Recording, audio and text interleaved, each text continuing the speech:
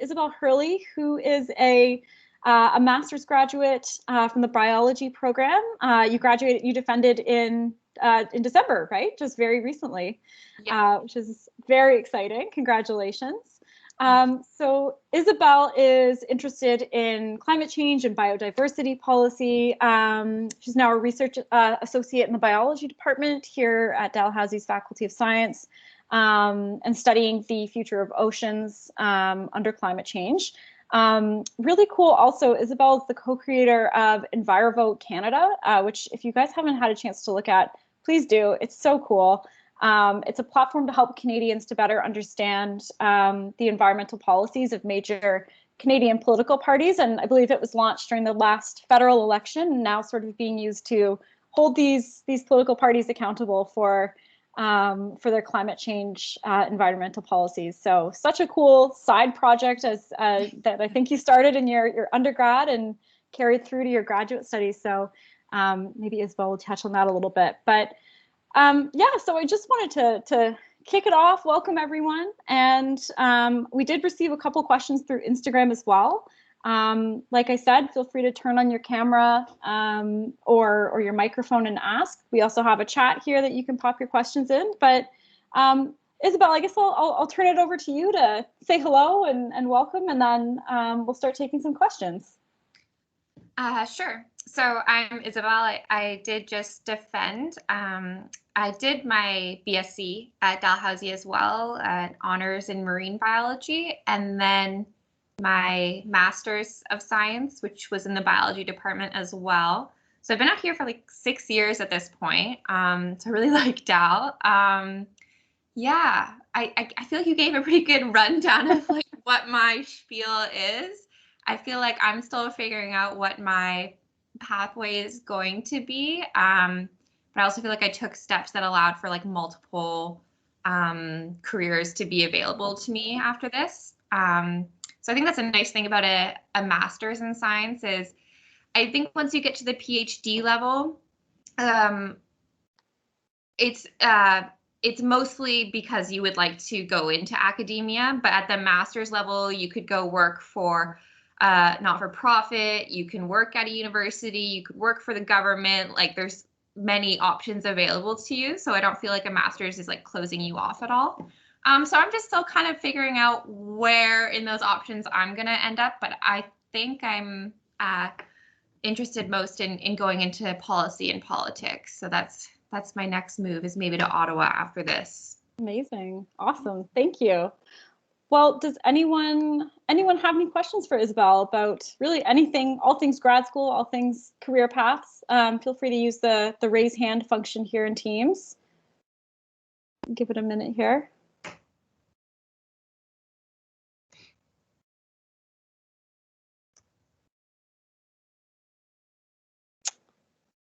Well, maybe we'll start with our question that we got from Instagram. And the question was about how you decided on your thesis project, on your research project in grad school. So how did you kind of take your work from these early days of an idea to your thesis defense back in December? So I think it's different for PhD and for masters, but for masters, first of all, in science, there are kind of two different kinds of masters. So there's one that's like a course-based master's, and at Dalhousie, an example of that is the Marine Affairs program. So you're not actually doing like a research experiment or anything like that. You're taking a lot of courses for like a year and a half. And then there's a research-based master's, and that's what I did. So that's, you're sticking with the same project for the full 2 years. And at the master's level, unlike the PhD level, you don't really choose your project that much. So you approach a professor whose work you find really interesting. And most Dalhousie profs and most profs at universities have kind of a lab website where you can see what their research interests are and what they've published. And then you can see like, oh, do I find that interesting? Because if you're working on it for 2 years, it's critical that it's interesting to you. And then Yeah, then they usually will talk about a few projects with you, but I don't think I really chose my project. It was one of a few options that my supervisor had available. And then once you get to the PhD level, you become much more independent, and then they usually expect you to bring a project to them. Yeah. Okay. Okay. Well, that makes sense. And so you were, do you want to talk a little bit about the project that you did during your master's degree?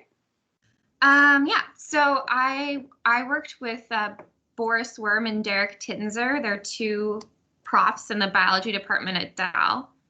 And I worked on trying to show what the Eastern Scotian Shelf ecosystem, which is a marine ecosystem off of Nova Scotia, is going to look like in 2100 under climate change. Wow. So looking at which key species are likely to thrive in the anticipated warmer waters, and which ones aren't, and what that might mean for our critical fisheries around here and stuff like that.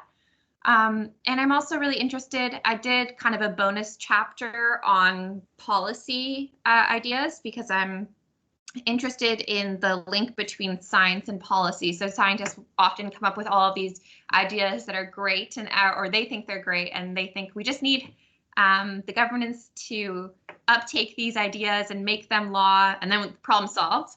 And so I looked at the basically the time lag between when scientists publish a scientific article with their idea and when or if it gets into law in on the national scale, and that was for like climate change and biodiversity policy.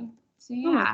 Wow, there's like such a practical component to your work, and I'm sure that would be useful to the government and scientists to see those results too and say, oh yeah, this is the amount of time this actually takes. So yeah, and it takes so long. It takes like 17 years, so we need to speed that up. Yeah, I'd say 17 years. That's more than half my lifetime. So amazing. Okay, well, are there thank you so much for sharing that. Are there any questions right now from our group here for Isabelle? Are they allowed to just put questions in chat too? Yeah. Turn on the. Oh, absolutely. Yes. Yeah. Questions in chat. But Noelle, looks like you have a question, so fire away. Thanks for coming on camera. Hi. I was just going to ask, what was the specific title of your master's that you did at Dal? This is a great question that I should know the answer to. Can you give me a second? I'm just gonna go look. I feel like titles of masters are always so pretentious, but we can see. I feel like that's kind of part of the degree. Okay.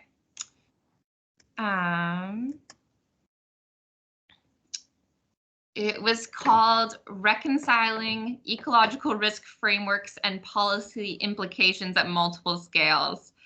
So I do feel like that's like a lot of jargon. And so if I was to like write a piece for a newspaper, which sometimes I do when I publish a paper, I would just like toss that title out. We're using none of those words. But basically, I just look at the future of oceans with climate change and fisheries. That would be like the area. Interesting. It's so specific. That's awesome. Yeah. I also had a follow-up question, or not a follow-up question, just totally separate question. Did you work in any labs at Dal while you were in undergrad? I did. And so sometimes I'm not sure how I feel about it because I volunteered starting in my first year, and I know that there's been a lot of discussion recently about whether volunteering is really okay or if professors should always be paying students, because people who have time to volunteer are people who aren't maybe working like 3 jobs to get themselves through university.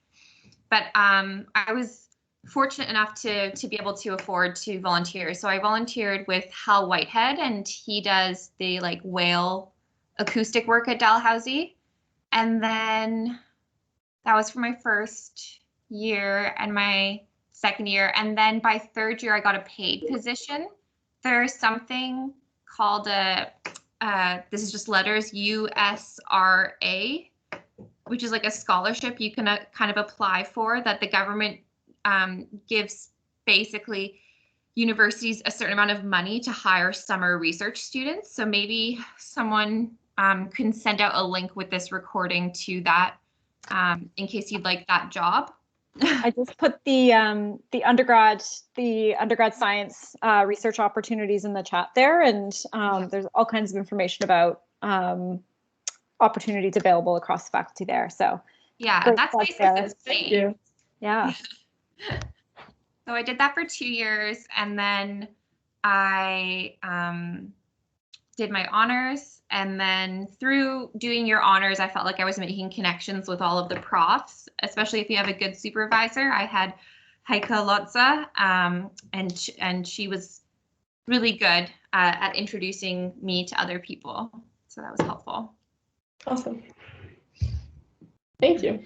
No problem. Thanks for your question, Noelle. Yeah, we've put a few links in the chat there, and we'll probably just keep adding things as we get more questions. And yeah, the undergrad research opportunities in science there's quite a few of them across the faculty. There's summer research opportunities.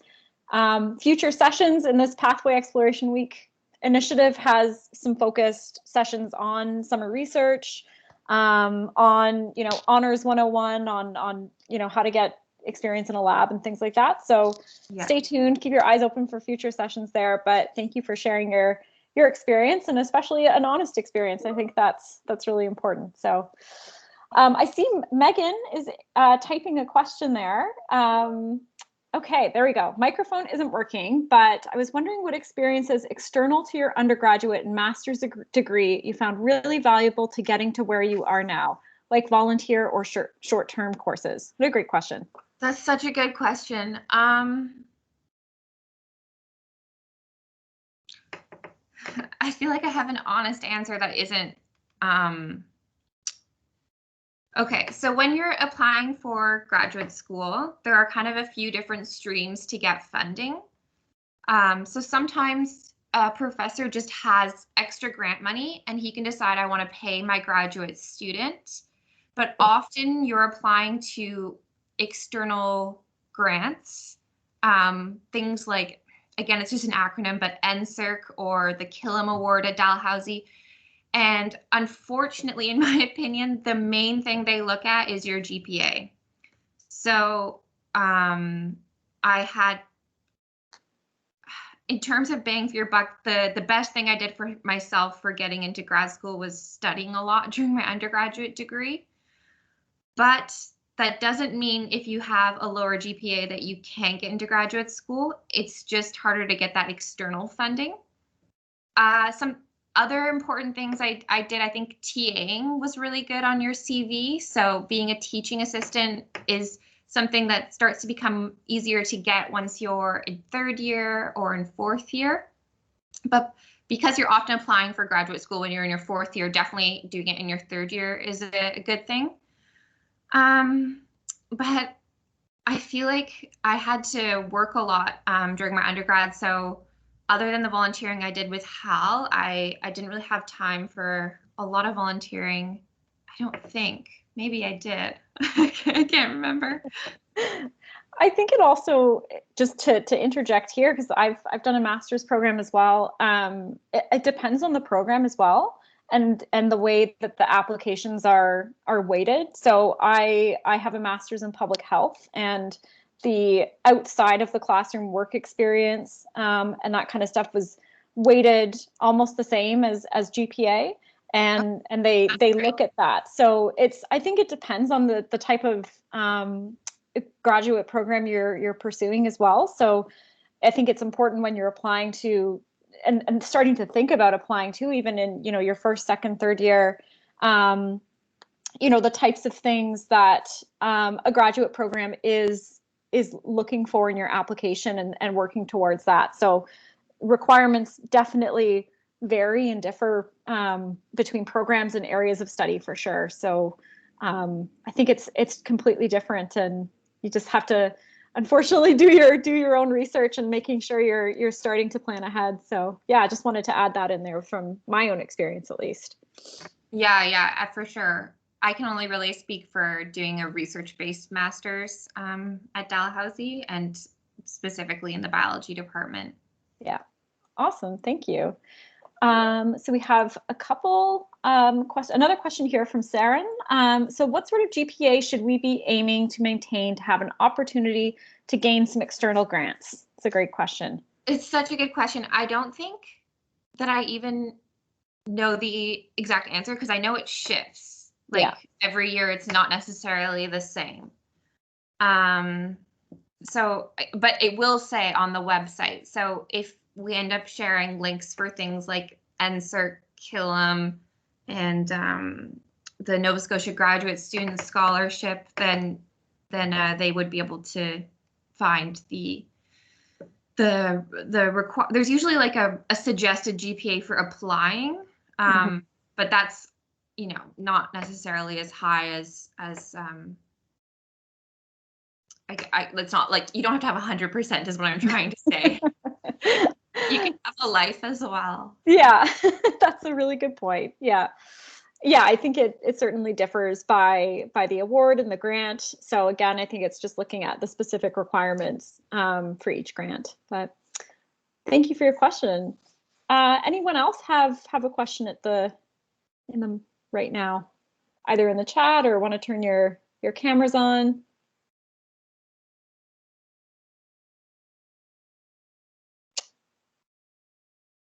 If not, I have a question from our Instagram. And the question is, was it always part of your plan to pursue graduate studies in biology, or did your plan kind of zig and zag a little bit?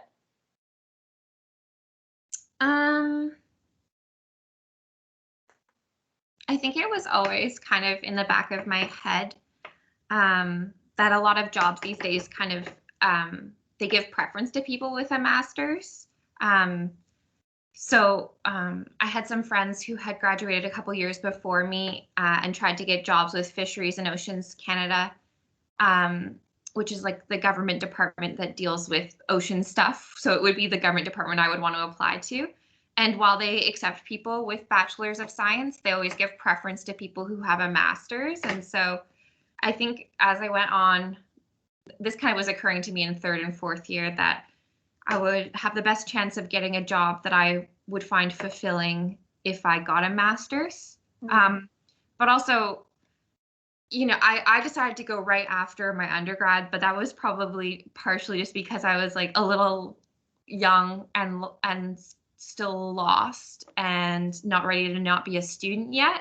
But it's totally okay to also like do your undergrad, not be sure if you want to do grad school, work for a little bit, travel once the vaccine's here, that kind of stuff, and then decide, okay, maybe I'd like to do a graduate degree. That actually seems like a nice path as well that I should have given more thought to.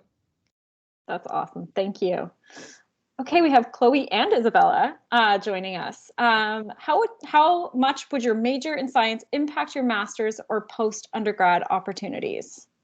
So the way I understand that question is like majoring in marine biology instead of biology, or that kind of.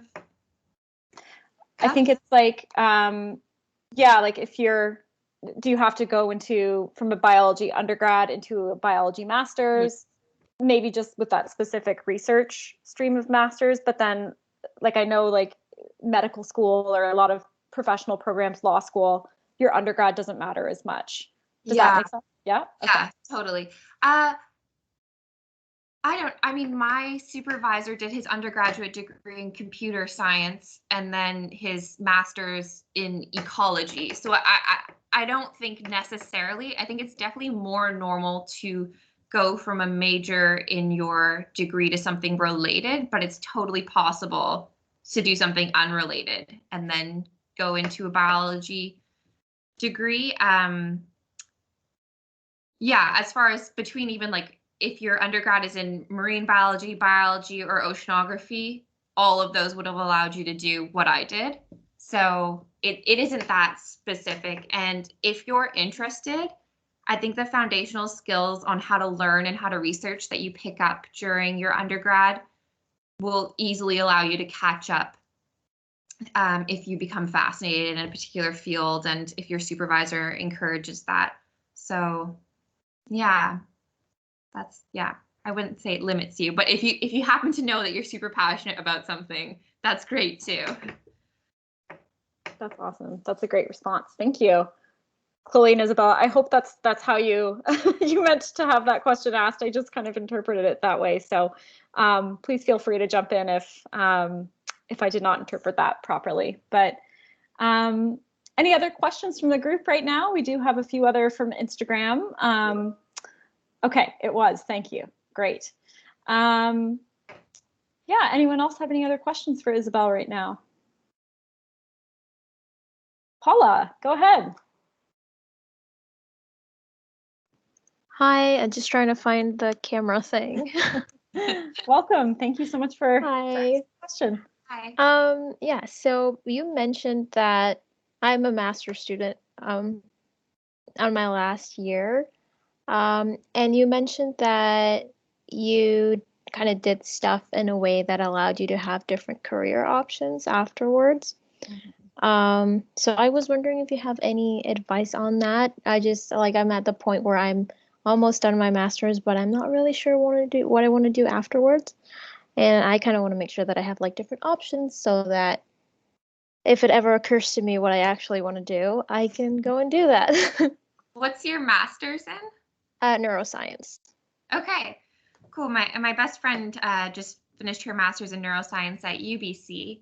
I think what is helpful for me was talking to both like PhD people in my lab, postdocs in my lab, former lab members, asking my supervisor where their students had ended up, like maybe in neuroscience, some people became doctors, some people became researchers, maybe someone's doing like science communication, journalism. Like, I think that there's so many opportunities. Maybe you want to become like a medical policy advisor for the Trudeau government. Like, I think it's trying to figure out what day to day would bring you like joy at work.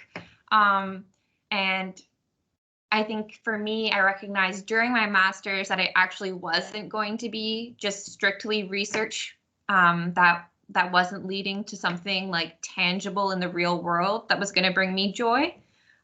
So I guess maybe like I would suggest like reaching out, asking other people who did a master's in neuroscience what they did with it.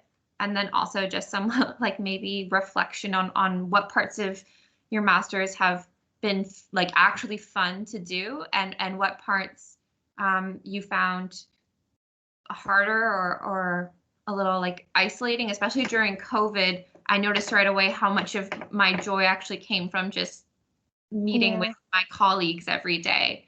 And so I really miss like seminars and conferences. And I mean, that's probably going to come back. Like so if you liked research a lot before COVID, then I'm sure you will like it a lot after COVID. And it's just this like in between time where we all kind of have to hang tight.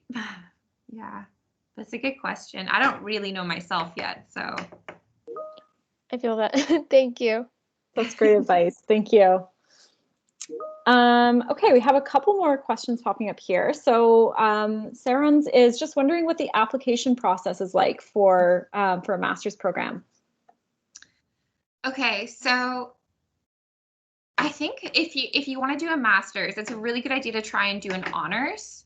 And that also gives you some insight into what the application process will be like for a master's. So when you're an honors student, you might be in a biology major like I was, and I knew I liked marine things more than terrestrial things, so I emailed all of the profs in the department that studied that, and I asked, I had my CV and I asked them, are they looking for somebody for an honors project, and what are they interested in? And then I think it's important to remember that it's important that not only like do they do they like you, but do you like them? Like, do you want to work for them? It sounds so stupid, but I think of it kind of like if you go on a date with someone, it's not just do they like you, but do you actually like them? Like, don't overthink if they like you. You need to make sure that you're going to be able to get along with your supervisor for a year or 2 years.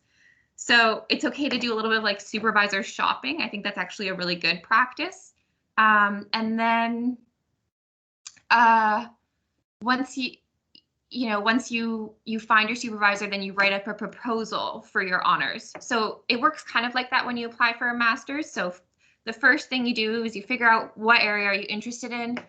You email profs with an email indicating that you've read some of their papers, that you're interested in what they do, that you want to work with them potentially, and you've attached your resume or your CV.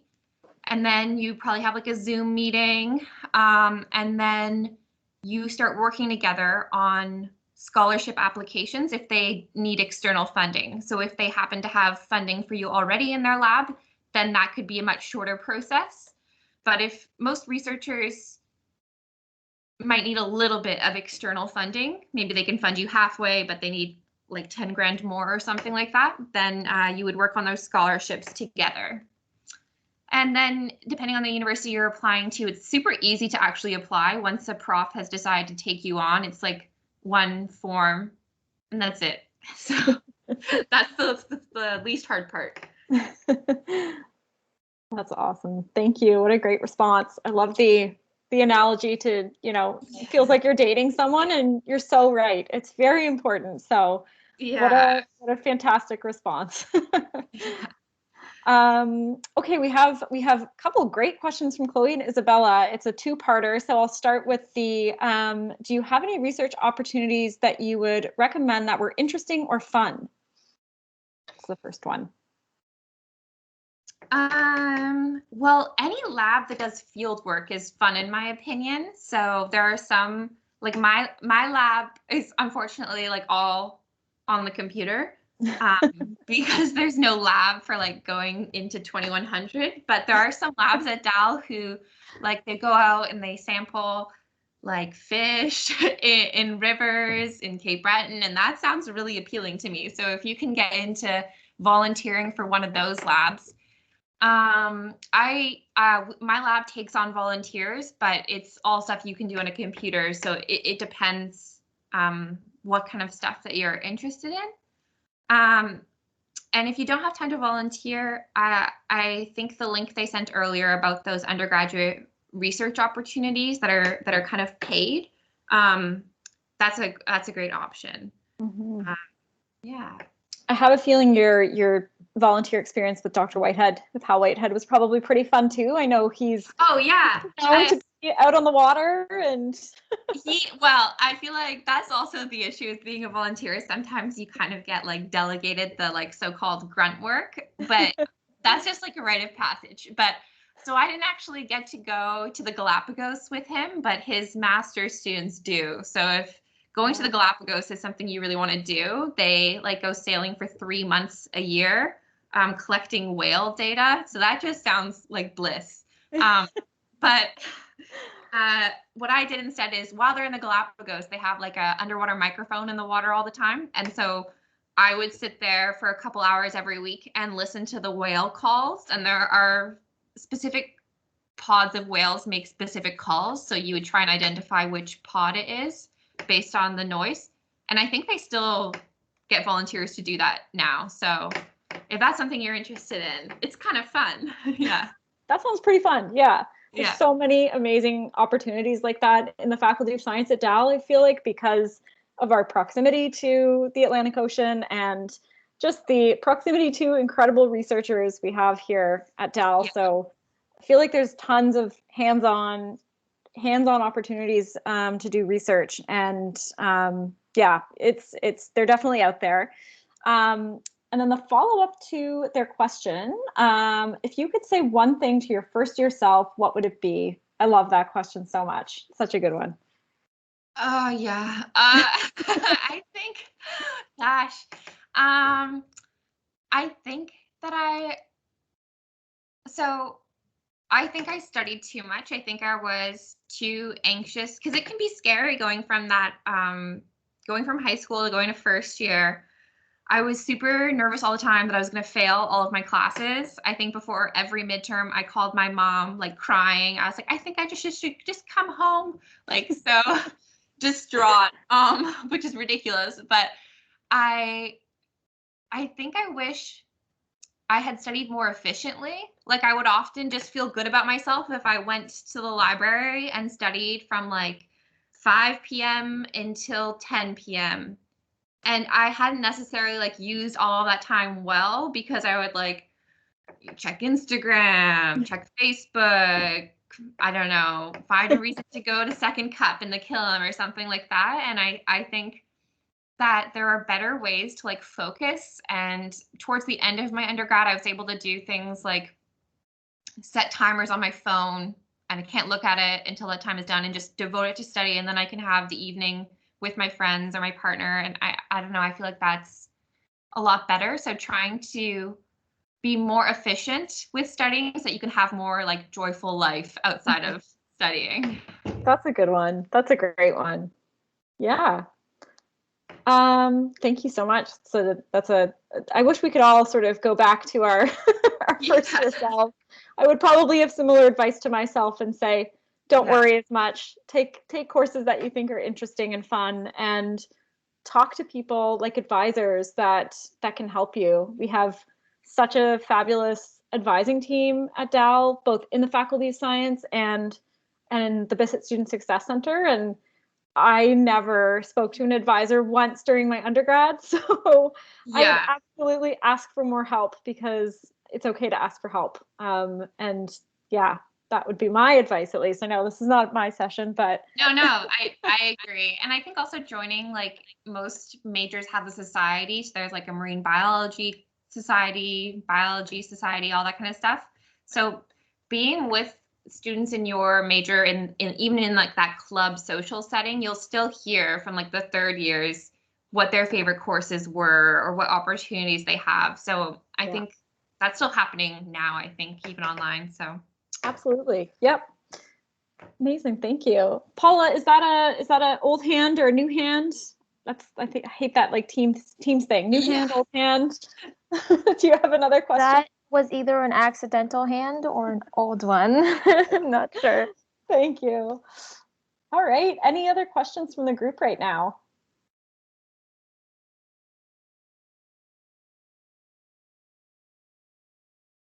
Our chat has gone silent, and that's okay. We've got so many great questions already.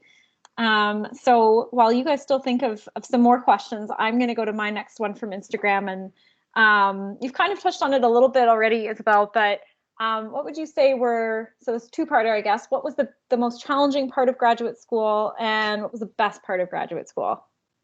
I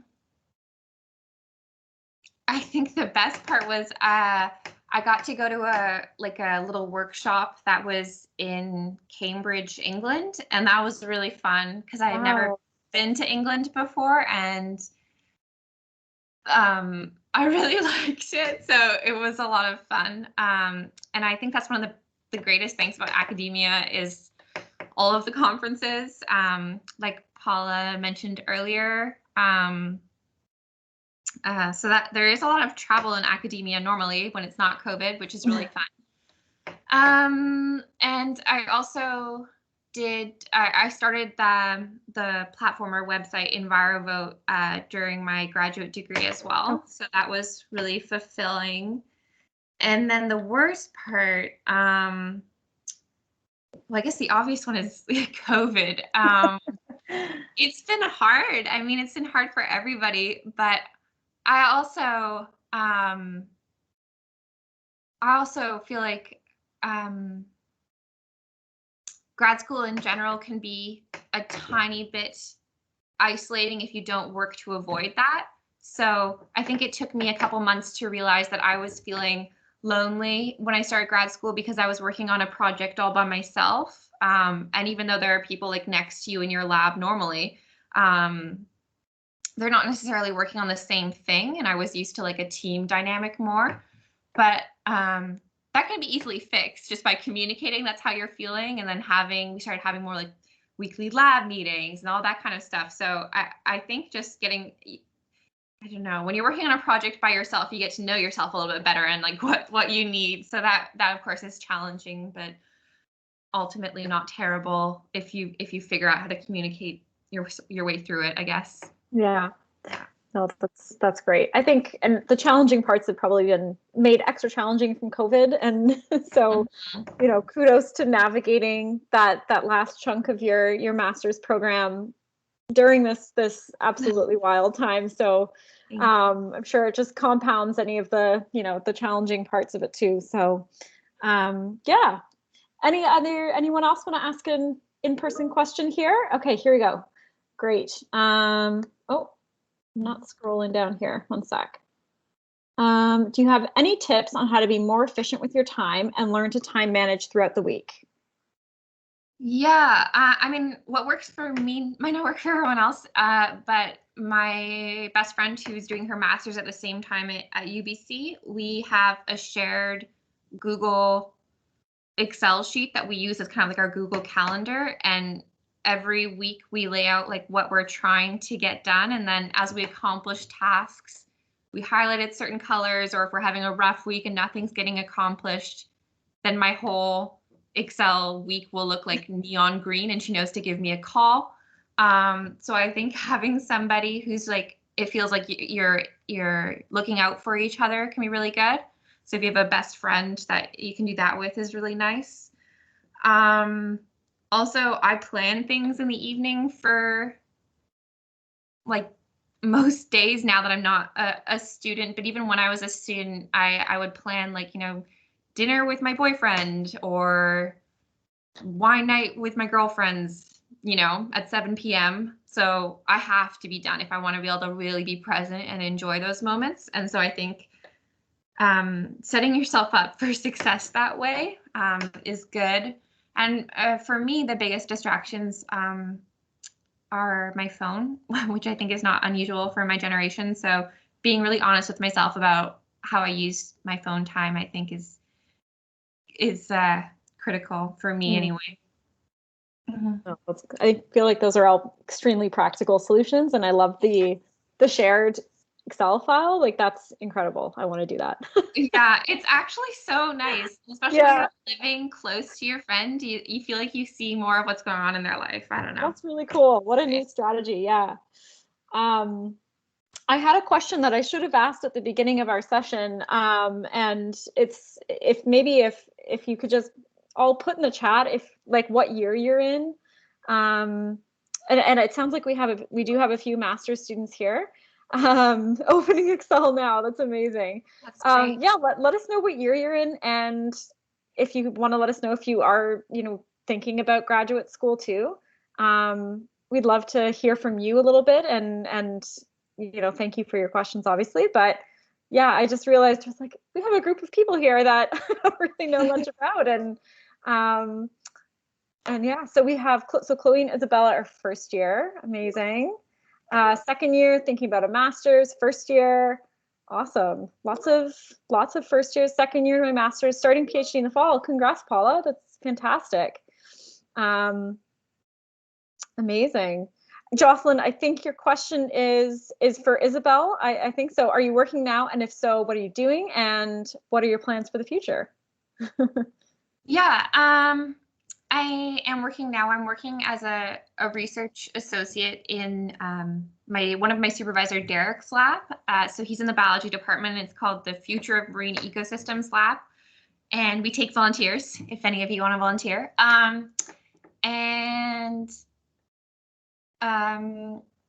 I guess I'm really working to publish 2 of my thesis chapters still.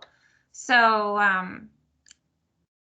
I'm sure most of you know this already, but you know, when you go to Google Scholar and there's like peer-reviewed journals that I'm sure you were reading in your undergrad. So I'm trying to turn some of my thesis work into peer-reviewed papers. So that takes up some of my time. And then I'm also working on getting EnviroVote ready for the next federal election, because I feel like it's been a lot of like, there's always gossip in Ottawa about when the next election is coming, but it's like ramped up. So I want to be ready in case a snap election is called.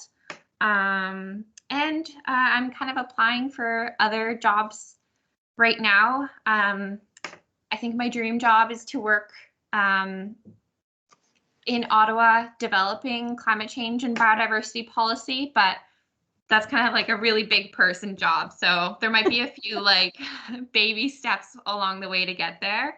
But I think that would be what would give me a lot of joy day to day. So that's my plan. Is there something that about government work in particular that you find kind of exciting and appealing? What is it about, working for the feds? Yeah. I mean, I think it's so corny, but I just like really love public service. I just would really like to feel like I was serving. I'm not the kind of person who has the temperament to like be in the military or anything like that, but I feel like I would really like to just do something good for the country with my interest and skill set, and that's kind of where they intersect. Awesome. And I think research is so interesting, but I think I'm feeling a little bit drained of like doing all the research, being super excited about it, and then the politicians doing nothing with it. So I think for a while I'm going to try the other approach. You want to see it through the entire pipeline of exactly beginning to end. That's amazing. We have another question here. Which is, did you work at all during your grad school? Love that question. Yeah, I did. I TA'd, and I'm actually TAing right now as well, just to help pay off some student loans I had during my undergrad. So I don't know what it is for all departments, but in the biology department, you are expected to TA at least 2 courses, I think. Maybe only 1 course, but I think it's good just to get a little extra money as well, because the graduate student stipend, although I think it's being raised this year, wasn't quite enough for the kind of lifestyle I wanted to live. I think you definitely can live on it, but everybody likes to be able to have like a glass of wine or something. So TAing is good.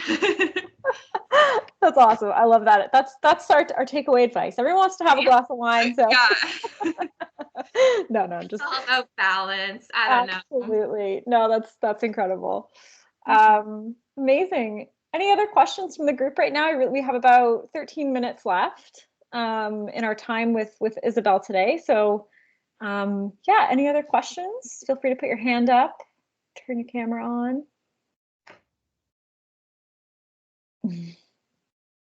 Can I re-answer a question that Isabella and Chloe asked? I think they asked if I had one piece of advice for my first year student.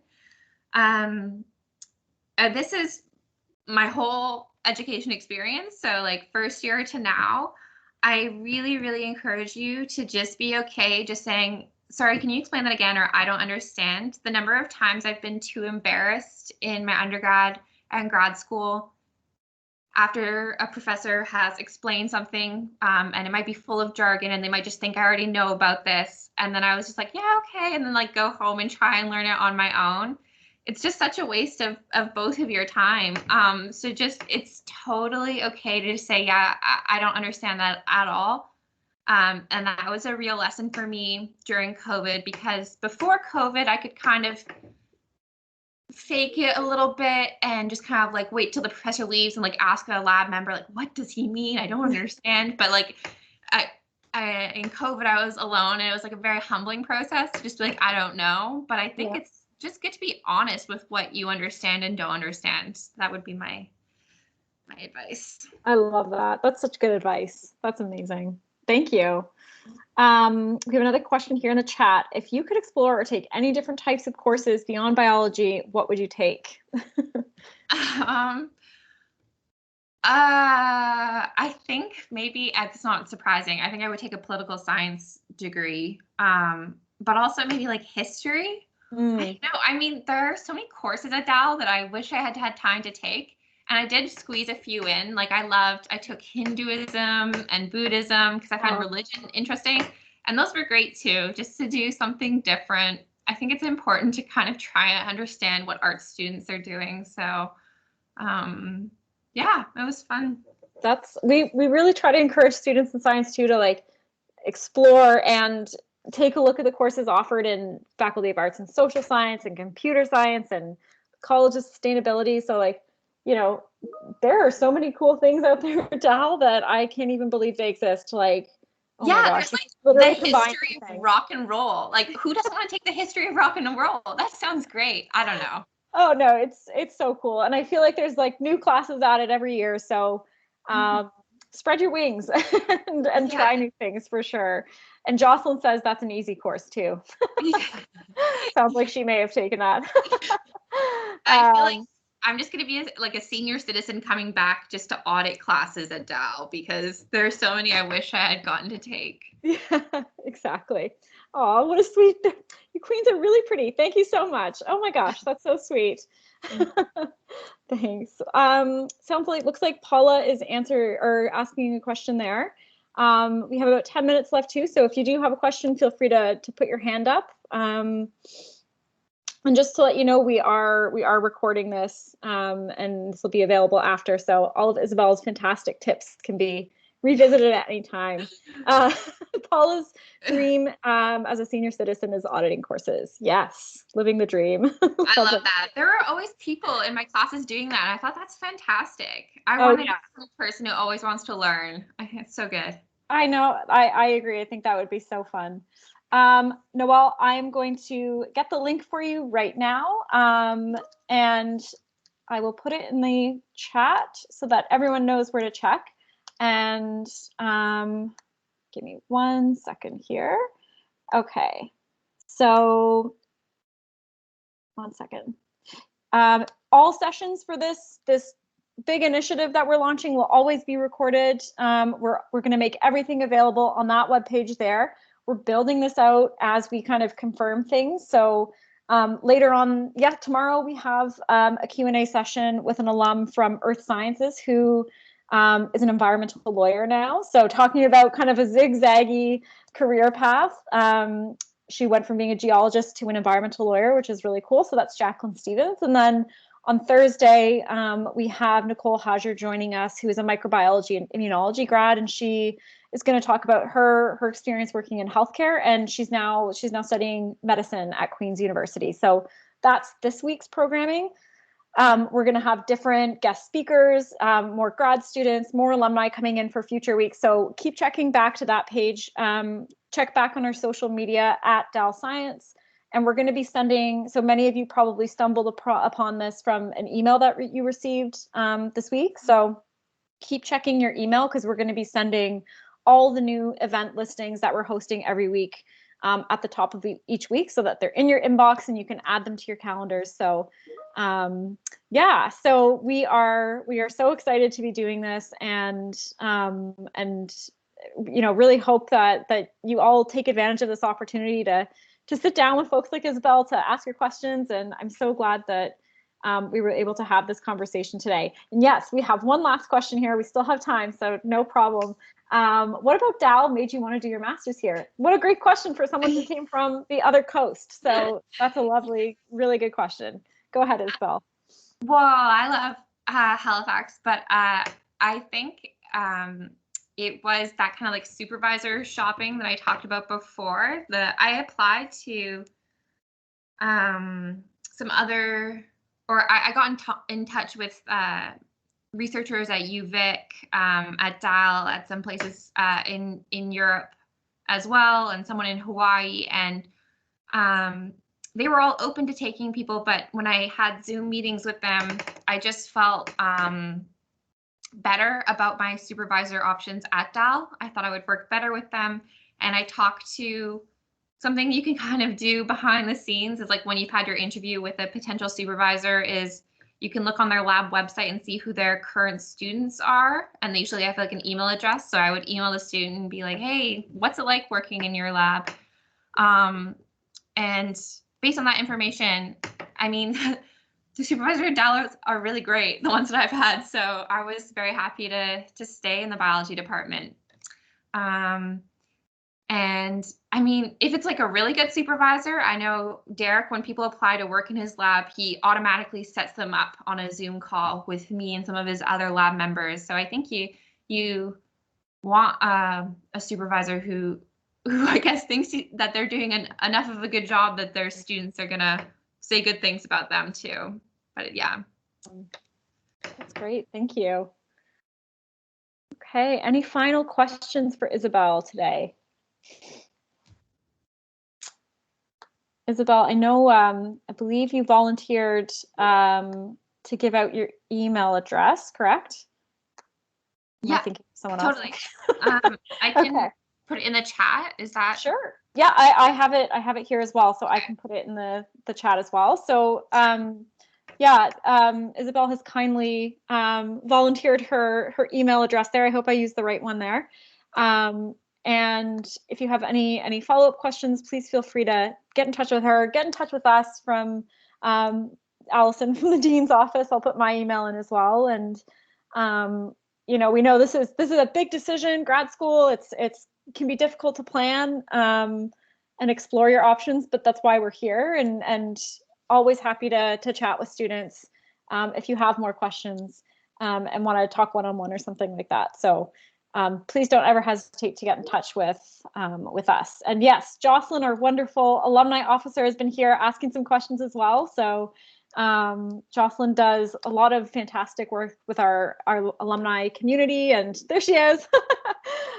So we're all always here to help. And thank you all so much for joining. Thank you, Isabelle, for just being so incredible and answering these questions. And I feel like what you provided was such a realistic, honest snapshot about grad school. And so I know I really appreciate it, and I'm sure all of our student guests do as well. So thank you everyone so much. Nice to meet all of you. Feel free to email me if you have any questions about grad school. I hope it was encouraging. I had a great time in grad school. So yeah. Amazing. You should really think about it. Awesome. Okay. Well, thank you. I'm going to stop recording here. Okay. All right. Bye, everyone.